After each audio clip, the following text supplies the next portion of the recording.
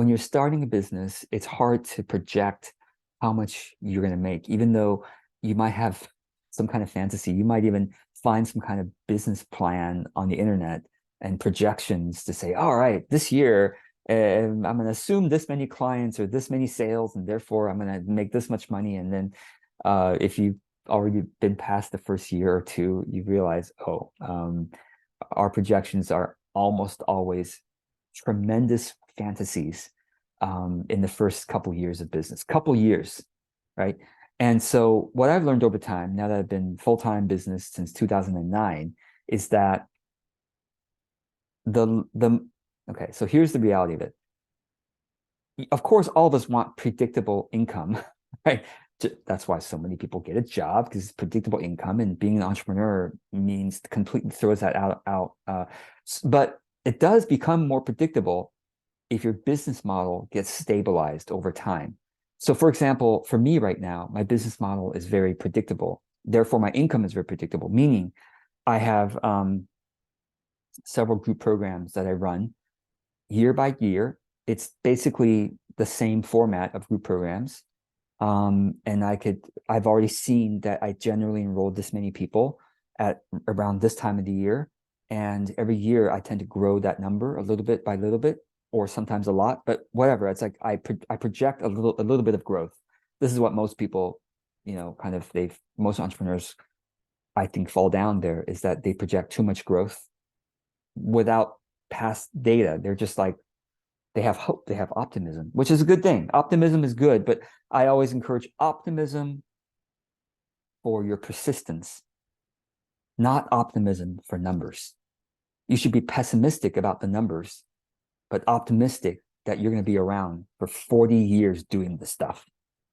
Okay, and you should be optimistic about how much time things take, meaning pessimistic, I guess. But you should assume a lot of time, okay, that it'll take you. But okay, so stable business model equals stable income. So like I have stable group programs and I have stable courses that I keep launching, meaning and every time I launch it the same way.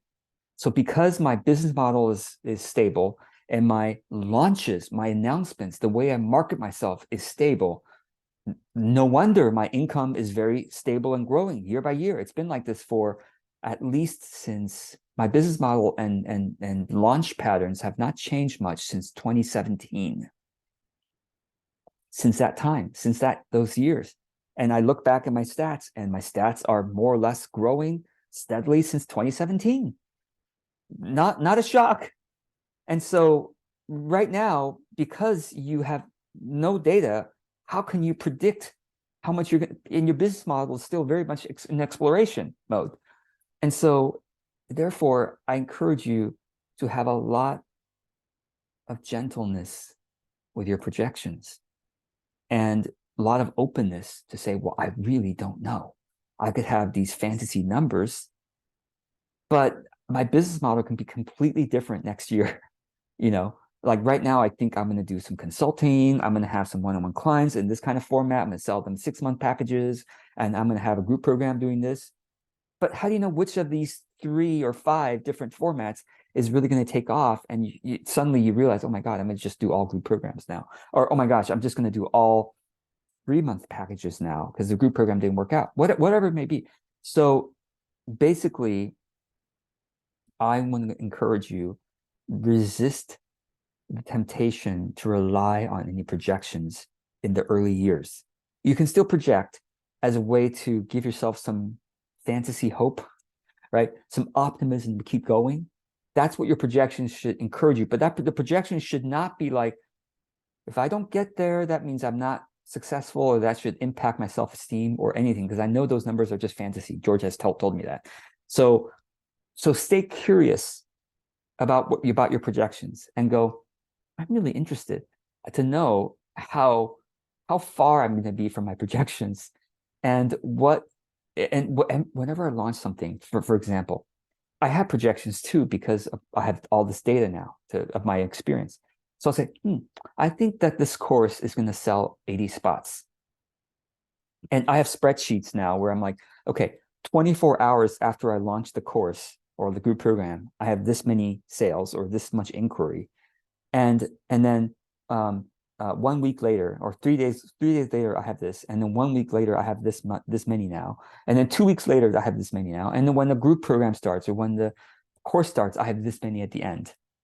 And because I've that kind of tracking of data over years now, even just over months, is helpful. If I'm launching once a month, like a short online course once a month, I'm launching once a month. So if I have all, then I can say, well, okay, I'm not going to worry if I have one sale 24 hours after the announcement, because I know even with one sale after 24 hours, my average is 35 by the end of the launch. It's pretty amazing, right? One sale after 24 hours, I'm like, I would despair in early years before I had the data. I would despair. I would be so discouraged, and maybe even quit. Okay, I guess no one's going to take me up on this. Refund that person and then move on to the next thing. No, now I know one sale. Okay, I'm probably going to have around 30 to 40 sales by the end of this. Yay. And it's true. I watched the numbers. Oh, yep, it's 35, like I expected, but you don't know that. So in other words, what you should start doing now is to start tracking your launches and your data, meaning track 24 hours after I announce something, 3 days, 7 days, 14 days, and then see. And that's all you can do right now. Instead of projecting right now, you need to do tracking. But you could say, well, George, I've got bills to pay. So right now I got a part-time job paying some of my bills, hopefully all of my bills, maybe. And I'm expecting that my business is going to pay some of my bills.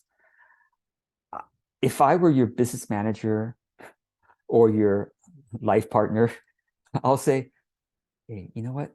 Why don't we assume that the business is not going to pay any bills this year? And can we just play with your business this year? You're going to play diligently. And any money that comes from the business, we get to go out to eat. We get to buy that extra or that thing, that toy that we've been wanting to buy. We get to go on this trip that we were wanting to go on. Let it be delightful money, which is good, right? Your business brings you some delight money, not, God, I can't pay rent in 3 months. If this business is not going to work, can't pay rent in 3 months.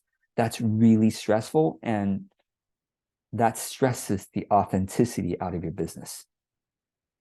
It squeezes your ability to be truly your creative self in your business, because now you just got to pay the bills with your business. So you got to hustle, which is nothing really wrong with hustling, but you might end up hustling in ways that you regret later, which I did, right?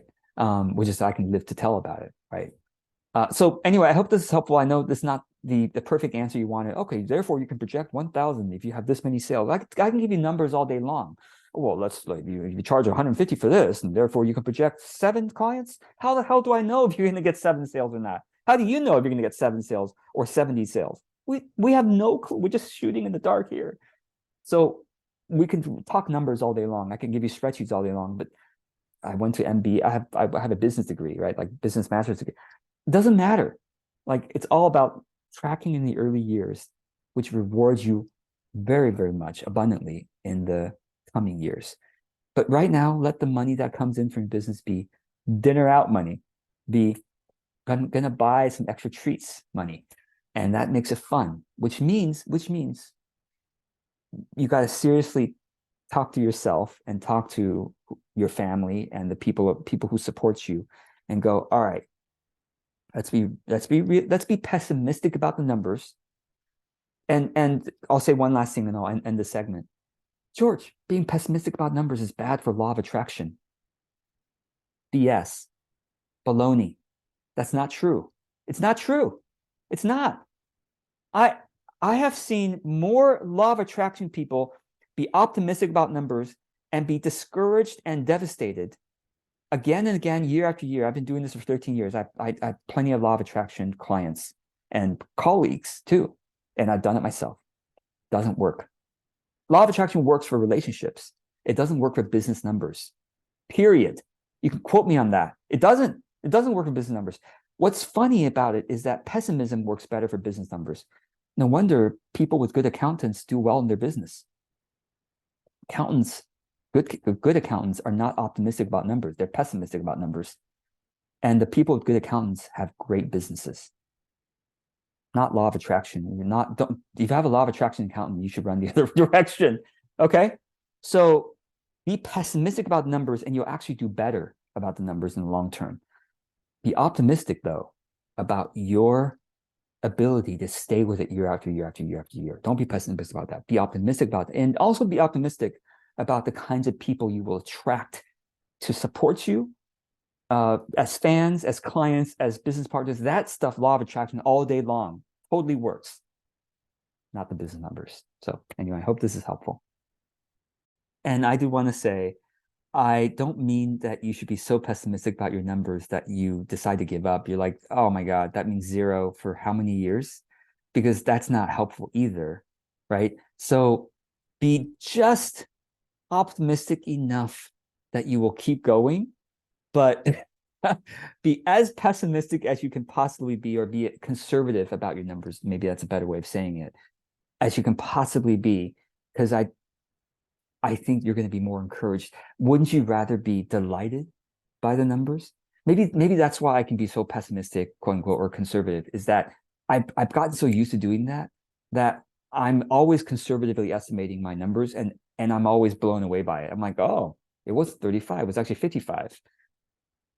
It works. That's why I keep on being pessimistic or conservative, because I keep being blown away by my numbers. Usually, honestly, I'm blown away by it. So it's like I have some weird reverse law of attraction thing going on, which maybe I should write a book on that. But I do hope, like I said, be optimistic and be vibrationally open to the right people coming into your life, and to also having the support of the supportive people in your life. You should talk with them and have this conversation. Be really open to say, you know what, I believe in this business. Like I said, you got to be optimistic about your ability to grow this thing, because it's true.